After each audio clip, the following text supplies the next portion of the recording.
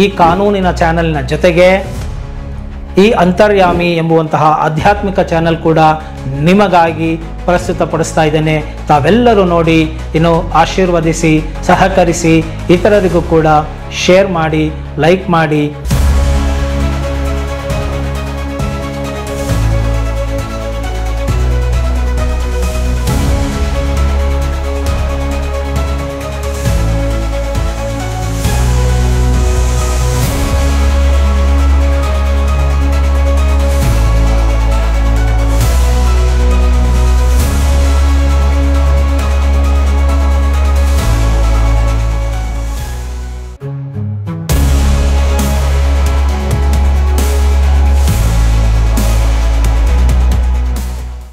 ನಮಸ್ಕಾರ ವೀಕ್ಷಕರೇ, ನಾನು ನಿಮ್ಮ ಮಂಜುನಾಥ್ ಅಡ್ವೊಕೇಟ್ ಹಾಗೂ ಅಧ್ಯಾತ್ಮ ಚಿಂತಕರು ಮಾತಾಡ್ತಾ ಇರೋದು. ಇವತ್ತು ಈ ಒಂದು ಅನ್ನದಾನಕ್ಕಿನ್ನ ಜ್ಞಾನದಾನ ಹೇಗೆ ಸರ್ವೋತ್ಕೃಷ್ಟ ಆಗುತ್ತೆ. ನಾವು ಎಲ್ಲ ಕಡೆ ಕೇಳ್ತಾ ಇದ್ದೇವೆ, ಎಲ್ಲ ದಾನಕ್ಕಿನ್ನ ದಾನಗಳಲ್ಲಿ ಅನ್ನದಾನವೇ ಶ್ರೇಷ್ಠ, ಹಸಿದ ಹೊಟ್ಟೆಗೆ ಅನ್ನದಾನವನ್ನು ಮಾಡಿದಾಗ ಪಡುವಂತಹ ತೃಪ್ತಿಯು ಶ್ರೇಷ್ಠ ಎಂಬಂಥ ಮಾತುಗಳನ್ನು ನಾವು ಕೇಳ್ತಾ ಇರ್ತೇವೆ. ಸೊ ಈ ಒಂದು ಅನ್ನದಾನಕ್ಕಿನ್ನ ಈ ಜ್ಞಾನದಾನ ಅದಕ್ಕಿಂತಲೂ ಸರ್ವೋತ್ಕೃಷ್ಟ ಹಾಗೂ ಪರಮೋತ್ಕೃಷ್ಟವಾದಂತಹ ದಾನವಾಗಿದೆ ಅಂತ ಇವತ್ತು ನಾನು ಹೇಳಲಿಕ್ಕೆ ಬಯಸ್ತಾ ಇದ್ದೇನೆ ಈ ಒಂದು ವಿಡಿಯೋದಲ್ಲಿ. ಈ ಒಂದು ಅನ್ನದಾನ ಅಂದರೆ ಏನು? ಮನುಷ್ಯನು ಈ ದೇಹವನ್ನು ಧರಿಸಿದ್ದಾನೆ. ಈ ದೇಹವನ್ನು ಧರಿಸಿರುವಂತಹ ಈ ಮನುಷ್ಯನಿಗೆ ಈ ದೇಹ ಧಾರಣೆ ಆಗಬೇಕು ಅಂತ ಹೇಳಿದ್ರೆ, ಈ ದೇಹ ಉಳಿಬೇಕು ಅಂತ ಹೇಳಿದ್ರೆ ಈ ದೇಹಕ್ಕೆ ಅನ್ನ ಬೇಕಾಗುತ್ತೆ. ಅನ್ನವನ್ನು ಭುಂಜಿಸಿದಾಗ, ಸೇವಿಸಿದಾಗ, ಏನೋ ಆಹಾರವನ್ನು ತೆಗೆದುಕೊಂಡಾಗ, ಊಟ ಮಾಡಿದಾಗ ಅದರ ಜೀರ್ಣಶಕ್ತಿ ಅಥವಾ ಪಚನ ಕ್ರಿಯೆಯಿಂದ ಆಗುವಂತಹ ಜೀರ್ಣದಿಂದ ಈ ಒಂದು ದೇಹವು ಇದೆ, ಈ ದೇಹವು ನಿಂತಿದೆ ಅಂತ ಹೇಳಿ ನಾವು ತಿಳ್ಕೊಳ್ಬೇಕಾಗತ್ತೆ. ಈ ಆಹಾರ ಹಲವಾರು ರೀತಿಯಲ್ಲಿ ಇರಬಹುದಾಗಿದೆ. ಅಂದರೆ ಮನುಷ್ಯನಿಗೆ ಈ ಒಂದು ದವಸ ಧಾನ್ಯಗಳಿಂದ ಮಾಡಿದಂತಹ ಪಾಕದಿಂದ ಏನಿದೆ ಆಹಾರವನ್ನು ನಾವು ಸ್ವೀಕಾರ ಮಾಡ್ತೇವೆ. ಹಲವಾರು ಬಗೆಯ ಆಹಾರಗಳ ಅನ್ವೇಷಣೆ ಈಗ ಆಗಿದೆ. ಈಗಂತೂ ನಾವು ನೋಡ್ತಾ ಇದ್ದೀವಿ, ಮನುಷ್ಯನ ಅತ್ಯುತ್ಕೃಷ್ಟವಾದಂತಹ ಒಂದು ಆವಿಷ್ಕಾರಗಳಲ್ಲಿ ಈ ಆಹಾರವೂ ಕೂಡ ಒಂದಾಗಿದೆ. ಮೊದಲು ಹಸಿಯಾದಂತಹ ಆಹಾರಗಳನ್ನು ಸೇವಿಸುತ್ತಿದ್ದಂತಹ ಮನುಷ್ಯನಿಗೆ ಈಗ ಅದನ್ನು ಬೇಯಿಸಿಕೊಂಡು ಉಪ್ಪು, ಹುಳಿ, ಖಾರಗಳನ್ನು ಹಾಕಿಕೊಂಡು ತರತರಹದ ಪದಾರ್ಥಗಳನ್ನು ಮಿಕ್ಸ್ ಮಾಡಿ ಬೇರೆ ಬೇರೆ ತರಹದ ರುಚಿಗಳನ್ನು ಕೊಡ್ತಾ ಇರೋದರಲ್ಲಿ ಮನುಷ್ಯನು ನಿರತನಾಗಿದ್ದಾನೆ ಹಾಗೂ ಅದನ್ನು ಭುಂಜಿಸ್ತಾ ಇದ್ದಾನೆ. ಪ್ರಪೋರ್ಷನೇಟಾಗಿ ಸೇರಿಸಿ ಮಿಕ್ಸ್ ಮಾಡಿದಂತಹ ಆಹಾರಗಳಲ್ಲಿ ರುಚಿಯಾಗಿರುತ್ತೆ. ಅಂತಹ ರುಚಿಯಾದ ಆಹಾರವನ್ನು ಮನುಷ್ಯನು ಹುಡುಕಿಕೊಂಡು ಕೂಡ ಹೋಗ್ತಾ ಇದ್ದಾನೆ.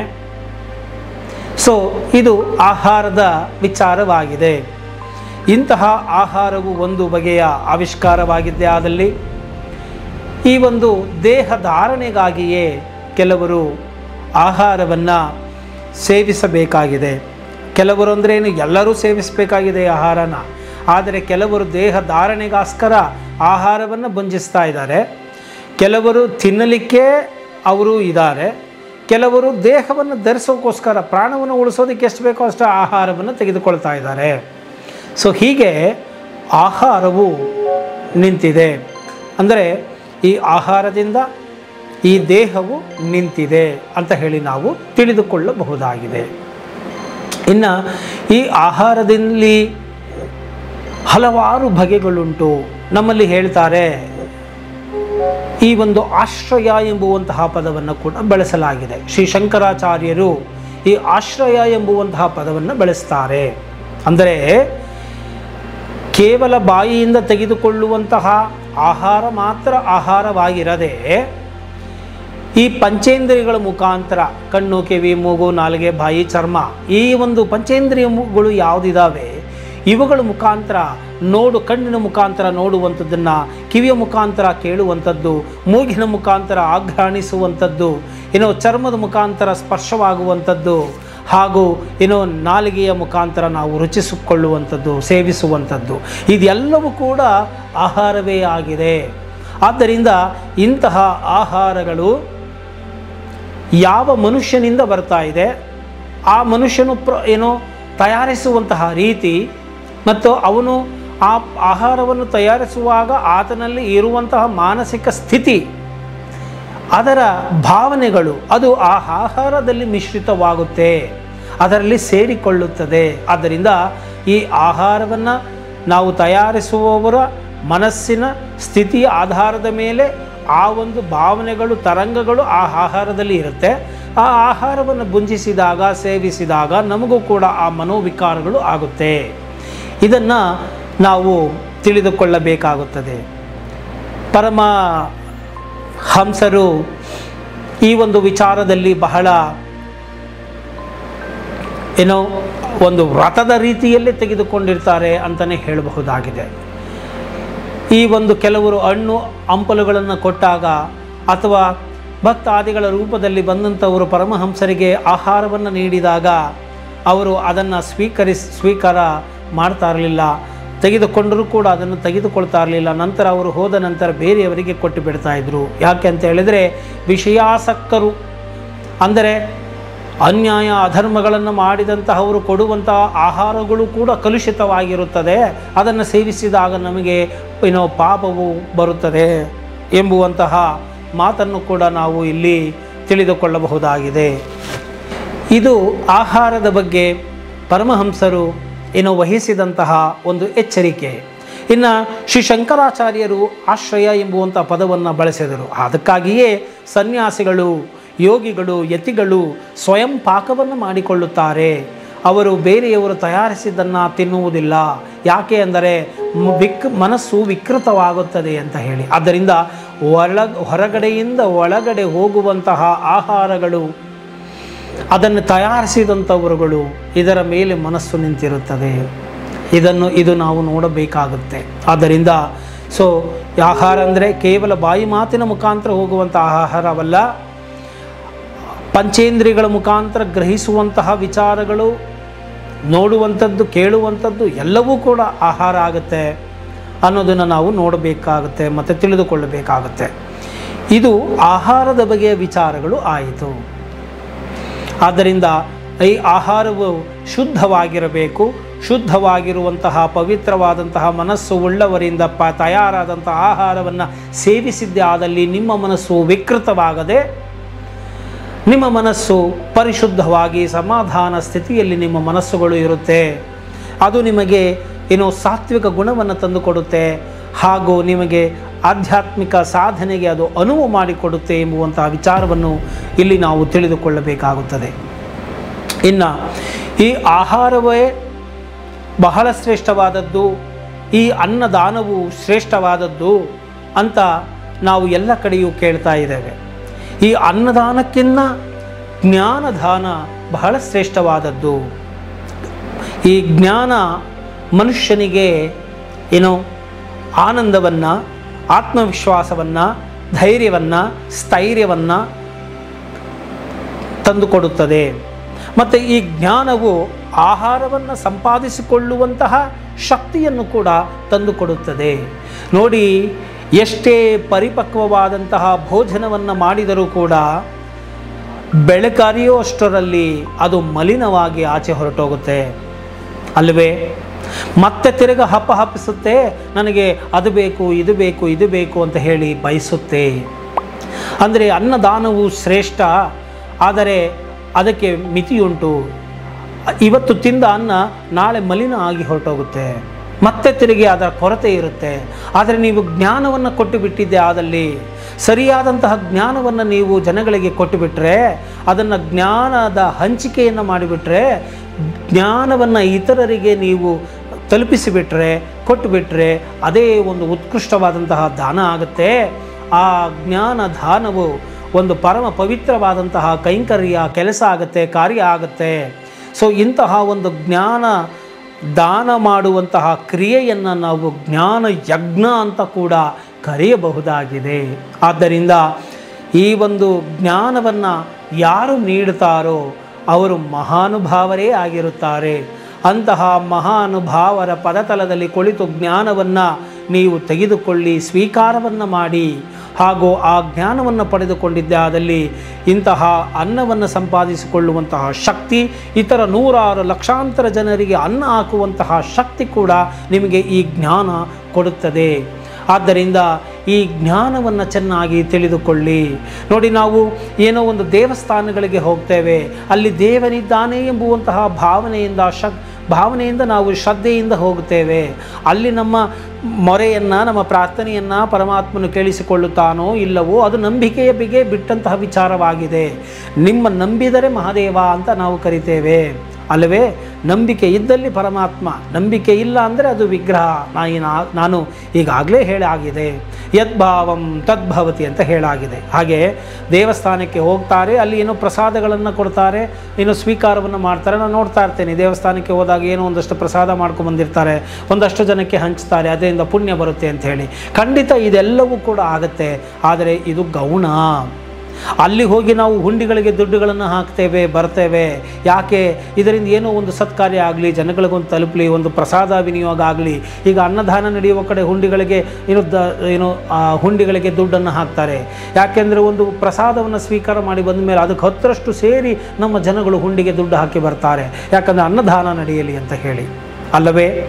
ಅಂಥದ್ದರಲ್ಲಿ ಈ ಅನ್ನದಾನಕ್ಕೆ ಇಷ್ಟೊಂದು ಪ್ರೀತಿಯನ್ನು, ಪ್ರೇಮವನ್ನು, ಎಸ್ಪೆಷಲಿ ನಮ್ಮ ಕರ್ನಾಟಕದ ಜನ ಇಲ್ಲಿ ನೋಡ್ತಕ್ಕಂತಹ ಧರ್ಮಛತ್ರಗಳು, ಮಠಗಳು, ದೇವಸ್ಥಾನಗಳಲ್ಲಿ ನಡೆಯುವಂತಹ ಅನ್ನದಾನಗಳು ಬಹಳ ಉತ್ಕೃಷ್ಟ, ಹಾಗೂ ಎಲ್ಲ ಕಡೆಯೂ ಇದು ನಡೀತಾ ಬರ್ತಾ ಇದೆ. ಆದ್ದರಿಂದ ಇಂತಹ ಒಂದು ಅನ್ನದಾನಕ್ಕೆ ಇಷ್ಟು ಪ್ರಾಶಸ್ತ್ಯ, ಮಹತ್ವ ಕೊಟ್ಟಿರುವಂತಹ ಜನರು ಈ ಜ್ಞಾನದಾನದ ಬಗ್ಗೆಯೂ ಕೂಡ ಅರಿವನ್ನು ಹೊಂದಬೇಕು, ಮತ್ತು ಅದರ ಬೆಲೆಯನ್ನು ತಿಳಿದುಕೊಳ್ಳಬೇಕು, ಅದನ್ನು ಸದ್ಬಳಕೆ ಮಾಡಿಕೊಳ್ಳಬೇಕು, ಅದನ್ನು ಸರಿಯಾದ ರೀತಿಯಲ್ಲಿ ಉಪಯೋಗಿಸಿಕೊಳ್ಳಬೇಕು, ಹಾಗೂ ಈ ಒಂದು ಜ್ಞಾನವನ್ನು ಪಡೆದು ಇತರರಿಗೂ ಕೂಡ ತಲುಪಿಸಬೇಕು. ತಲುಪಿಸುವ ಮುಖಾಂತರ ಜ್ಞಾನ ಪಡೆದಂತಹ ಆ ಋಷಿಯ ಋಣವನ್ನು ತೀರಿಸಿಕೊಳ್ಳಬೇಕು ಎಂಬುವಂತಹ ಮಾತನ್ನು ಕೂಡ ನಾನು ಇಲ್ಲಿ ಹೇಳಲಿಕ್ಕೆ ಬಯಸ್ತೇನೆ. ಜ್ಞಾನದಾನದ ಮಹತ್ವ ಏನಂತ ಹೇಳಿದರೆ, ನೂರಾರು ಜನರ ಅಜ್ಞಾನವನ್ನು, ಅಂಧಕಾರವನ್ನು ತೊಳೆದು ಹಾಕಬಹುದಾಗಿದೆ. ಮತ್ತು ಒಮ್ಮೆ ನೀವು ಆ ಜ್ಞಾನವನ್ನು ನೀಡಿಬಿಟ್ಟರೆ ಜೀವನ ಪರ್ಯಂತ ಆ ವ್ಯಕ್ತಿ ಅನ್ನವನ್ನು ಸಂಪಾದಿಸಿಕೊಂಡು ದುಃಖಗಳಿಂದ ವಿಮುಖನಾಗಿ ಸಂತೋಷದ ಕಡೆಗೆ ಸುಮುಖನಾಗಿ ಜೀವನವನ್ನು ನಡೆಸಬಹುದಾಗಿದೆ. ಆದ್ದರಿಂದ ಈ ಒಂದು ಜ್ಞಾನವನ್ನು ಕೊಡಬೇಕಾಗಿದೆ. ನೋಡಿ, ಈ ಒಂದು ನನ್ನ ವಿಡಿಯೋ ಮುಖಾಂತರ ನಾನು ಏನು ಹೇಳಲಿಕ್ಕೆ ಬಯಸ್ತಾ ಇದ್ದೇನೆ ಅಂತ ಹೇಳಿದರೆ, ಈ ಒಂದು ನನ್ನ ಚಾನೆಲ್ಗಳಲ್ಲಿ ಕಾನೂನಿನ ಒಂದು ಅರಿವನ್ನು ಕೂಡ ಕೊಡ್ತಾ ಇದ್ದೇನೆ ಜನಗಳಿಗೆ. ಉಚಿತವಾಗಿ ಕಾನೂನಿನ ಜ್ಞಾನವನ್ನು ನೀಡ್ತಾ ಇದ್ದೀನಿ. ಜನಗಳು ಸಮಸ್ಯೆಗೆ, ಗೊಂದಲಗಳಿಗೆ ಸಿಲುಕದಂತೆ ವ್ಯವಹರಿಸುವಂತಾಗಲಿ ಎಂಬುದನ್ನು, ಮತ್ತು ಕಾನೂನಿನ ಜ್ಞಾನ ತಿಳಿದಿದ್ದೇ ಆದಲ್ಲಿ ಅವರು ಜೀವಮಾನ ಪರ್ಯಂತ ಸಂಪಾದಿಸಿಕೊಂಡಂತಹ ಹಣವಾಗಲಿ, ಆಸ್ತಿಯಾಗಲಿ, ಪಾಸ್ತಿಯಾಗಲಿ ಯಾವುದನ್ನು ಕಳೆದುಕೊಳ್ಳುವುದಿಲ್ಲ, ನೆಮ್ಮದಿಯನ್ನು ಕಳೆದುಕೊಳ್ಳುವುದಿಲ್ಲ, ಸಂಸಾರವನ್ನು ಹೇಗೆ ಸಾಗಿಸಬೇಕು ಎಂದು ತಿಳಿದುಕೊಳ್ಳುತ್ತಾರೆ. ಹಾಗೆ ಈ ಯಾವುದೇ ತಪ್ಪು ಘಟನೆಗಳು ಘಟಿಸದಂತೆ, ಕೆಟ್ಟ ಕ್ರಿಯೆಗಳನ್ನು ಮಾಡದಂತೆ, ಸಮಸ್ಯೆಗಳೇ ಬರದಂತೆ ಮನುಷ್ಯನು ಶಾಂತಿ ನೆಮ್ಮದಿಯಿಂದ ಬದುಕಬೇಕಾದರೆ ಧರ್ಮ ಜಿಜ್ಞಾಸೆ, ನೈತಿಕ ಜಿಜ್ಞಾಸೆ ಮತ್ತು ಆಧ್ಯಾತ್ಮಿಕ ಜಿಜ್ಞಾಸೆಗಳು ಬೇಕಾಗುತ್ತೆ. ಆದ್ದರಿಂದ ಈ ಒಂದು ಅಂತರ್ಯಾಮಿ ಎಂಬುವಂತಹ ನನ್ನ ಚಾನಲಿನ ಮುಖಾಂತರ ಈ ಒಂದು ಆಧ್ಯಾತ್ಮಿಕವಾದಂತಹ, ಅಲೌಕಿಕವಾದಂತಹ, ಪಾರಮಾರ್ಥಿಕವಾದಂತಹ ಜ್ಞಾನವನ್ನು ನೀಡ್ತಾ ಬರ್ತಾ ಇದ್ದೇನೆ. ಈ ಜ್ಞಾನದಾನವು ಬಹಳ ಪರಮೋತ್ಕೃಷ್ಟವಾದದ್ದು. ಈ ಜ್ಞಾನ ನನಗೆ ಎಲ್ಲಿಂದ ಬಂದಿತು? ಋಷಿಗಳಿಂದ ನಾನು ಪಡೆದಿದ್ದೇನೆ. ಸತ್ಸಂಗ, ಸದ್ಗ್ರಂಥಗಳಿಂದ ಪಡೆದಿದ್ದೇನೆ. ಅದನ್ನು ನಿಷ್ಕಲ್ಮಶವಾಗಿ, ನಿಸ್ವಾರ್ಥವಾಗಿ ಜನರುಗಳು ಕೂಡ ತೆಗೆದುಕೊಳ್ಳಲಿ. ಈ ಜ್ಞಾನವನ್ನು ಪಡೆದುಕೊಂಡಿದ್ದೇ ಆದಲ್ಲಿ ಲೌಕಿಕವಾದಂತಹ ಯಶಸ್ಸು, ಪಾರಮಾರ್ಥಿಕವಾದಂತಹ ಯಶಸ್ಸು, ಶಾಂತಿ, ನೆಮ್ಮದಿ ನಿಮ್ಮದಾಗುತ್ತೆ. ಎಂತಹ ಕಷ್ಟ ಕಾರ್ಪಣ್ಯಗಳ ಪರಿಸ್ಥಿತಿಯಲ್ಲಿಯೂ ಕೂಡ ಈ ಒಂದು ಆಧ್ಯಾತ್ಮಿಕ ಜ್ಞಾನ, ಈ ಒಂದು ಕಾನೂನಿನ ಜ್ಞಾನ ಎರಡೂ ನಿಮಗೆ ಇದ್ದಿದ್ದೇ ಆದಲ್ಲಿ ಇಹ ಮತ್ತು ಪರ ಎರಡರಲ್ಲಿಯೂ ಕೂಡ ನೀವು ಕೀರ್ತಿವಂತರಾಗ್ತೀರಿ, ಯಶಸ್ಸನ್ನು ಪಡೆಯುತ್ತೀರಿ, ಸಕ್ಸಸ್ ಆಗ್ತೀರಿ ಎಂಬುವಂತಹ ಮಾತನ್ನು ನಾನು ಇಲ್ಲಿ ಹೇಳಲಿಕ್ಕೆ ಬಯಸುತ್ತೇನೆ. ಆದ್ದರಿಂದ ವೀಕ್ಷಕರೇ, ಈ ಒಂದು ಜ್ಞಾನಯುತವಾದಂತಹ ಚಾನಲನ್ನು ಪ್ರೋತ್ಸಾಹಿಸಿ, ಈ ಒಂದು ನಿಮ್ಮ ಏಳಿಗೆಗಾಗಿ, ನಿಮ್ಮ ಒಳಿತಿಗಾಗಿ ನೀವು ವಿಡಿಯೋಗಳನ್ನು ಪೂರ್ತಿಯಾಗಿ ನೋಡಿ ಸಬ್ಸ್ಕ್ರೈಬ್ ಮಾಡ್ಕೊಳ್ಳಿ. ಬೇರೆಯವ್ರಿಗೂ ಕೂಡ ಇದನ್ನು ತಿಳಿಸಿ, ಶೇರ್ ಮಾಡಿ. ಈ ಒಂದು ಜ್ಞಾನ ಯಜ್ಞದಲ್ಲಿ ನೀವು ಕೂಡ ಪವಿತ್ರವಾದಂತಹ ಈ ಒಂದು ಜ್ಞಾನ ಯಜ್ಞದಲ್ಲಿ ನೀವು ಸಕ್ರಿಯರಾಗಿ, ಅದು ನಿಮಗೆ ಪುಣ್ಯಗಳನ್ನು ತಂದು ಕೊಡುತ್ತದೆ. ನೀವು ಜೀವನದಲ್ಲಿ ಮಾಡಿರುವಂತಹ ಎಷ್ಟು ನಾವು ಸಣ್ಣ ಪುಟ್ಟ ಅರಿವಿಲ್ಲದೆ ತಪ್ಪು ಕೆಲಸಗಳನ್ನು ಮಾಡಿರ್ತೀವಿ, ಪಾಪಗಳನ್ನು ಸಂಗ್ರಹಿಸಿರ್ತೇವೆ. ಆ ಪಾಪಗಳನ್ನು ಸಂಗ್ರಹಿಸಿದ್ದನ್ನು ನಾವು ಹೇಗೆ ಅದನ್ನು ಕಳೆದುಕೊಳ್ಳುವುದು ಎಂದರೆ ಒಳ್ಳೆಯ ಕೆಲಸಗಳನ್ನು ಮಾಡುವ ಮುಖಾಂತರ, ಸತ್ಸಂಗದ ವಿಚಾರಗಳನ್ನು ತಿಳಿಸುವ ಮುಖಾಂತರ, ಜ್ಞಾನವನ್ನು ಹಂಚುವ ಮುಖಾಂತರ. ಈ ಒಂದು ಜ್ಞಾನ ಯಜ್ಞದಲ್ಲಿ ನೀವು ಪಾಲ್ಗೊಂಡಿದ್ದೇ ಆದಲ್ಲಿ ಮಹತ್ತಾದ ವಿಪತ್ತುಗಳಿಂದ ನೀವು ದೂರ ಸರಿಯುತ್ತೀರಿ, ವಿಮುಖರಾಗುತ್ತೀರಿ, ಪುಣ್ಯವನ್ನು ಸಂಪಾದಿಸಿಕೊಳ್ಳುತ್ತೀರಿ, ಆನಂದವಾದ ಸಂತೋಷವನ್ನು ನೀವು ಅನುಭವಿಸುವಂಥವರಾಗುತ್ತೀರಿ. ಆದ್ದರಿಂದ ಈ ಒಂದು ಜ್ಞಾನಯುತವಾದಂತಹ ಚಾನೆಲ್ಗಳನ್ನು ನೋಡಿ ಜ್ಞಾನವನ್ನು ಪಡೆದುಕೊಳ್ಳಿ. ಅದು ಯಾರಿಂದಲೇ ಬಂದಿದ್ದಾದರೂ ಸರಿ, ಒಳ್ಳೆಯ ವಿಚಾರಗಳು ಎಂದಿದ್ದೇ ಆದಲ್ಲಿ ತೆಗೆದುಕೊಳ್ಳಿ. ವಿವೇಕಾನಂದರು ಹೇಳ್ತಾರೆ, let Nobel thoughts come from everywhere. ಎಲ್ಲ ಕಡೆಯಿಂದಲೂ ಕೂಡ ಬರಲಿ ನೋಬೆಲ್ ಆಗಿರ್ತಕ್ಕಂಥ ವಿಚಾರಗಳು ಅಂತ ಹೇಳ್ತಾರೆ. ಆದ್ದರಿಂದ ಯಾವುದೇ ಪ್ರಿಜುಡೈಸನ್ನು ಇಟ್ಟುಕೊಳ್ಳದೆ, ಸಂಕುಚಿತ ಮನೋಭಾವನೆಯನ್ನು ಇಟ್ಟುಕೊಳ್ಳದೆ, ವಿಶಾಲ ಬುದ್ಧಿಯಿಂದ, ಓಪನ್ ಮೈಂಡಿಂದ ನೀವು ಕುಳಿತು ವಿಚಾರಗಳನ್ನು ನೀವು ಸಂಗ್ರಹಿಸಿದಾಗ, ಕೇಳಿದಾಗ, ಸ್ವೀಕಾರ ಮಾಡಿದಾಗ ನಿಮಗೆ ಅತ್ಯದ್ಭುತವಾದಂತಹ ಪರಿಣಾಮಗಳನ್ನು ನೀವು ನೋಡ್ತಾ ಹೋಗ್ತೀರಾ. ಕೇವಲ ನೀವು ಜ್ಞಾನವನ್ನು ಪಡೆದುಕೊಳ್ಳುವ ಮುಖಾಂತರನೇ ನಿಮ್ಮ ಜೀವನ ಅತ್ಯದ್ಭುತವಾಗುತ್ತೆ, ನಿಮ್ಮ ಜೀವನದಲ್ಲಿ ಅತ್ಯದ್ಭುತ ಯಶಸ್ಸು ಸಿಗುತ್ತೆ ಎಂಬುದನ್ನು ನಾನು ನಿಮಗೆ ಇಲ್ಲಿ ಹೇಳ್ತಾ ಇದ್ದೇನೆ.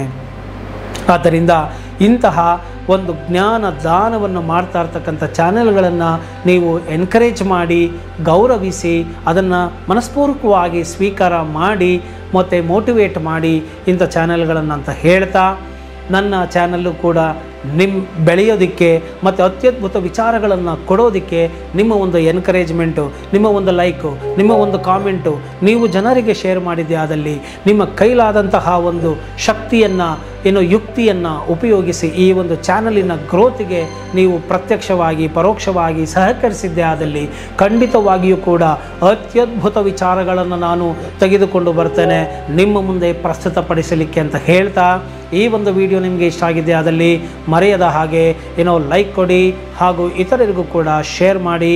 ಜೈ ಹಿಂದ್, ಜೈ ಕರ್ನಾಟಕ ಮಾತೆ.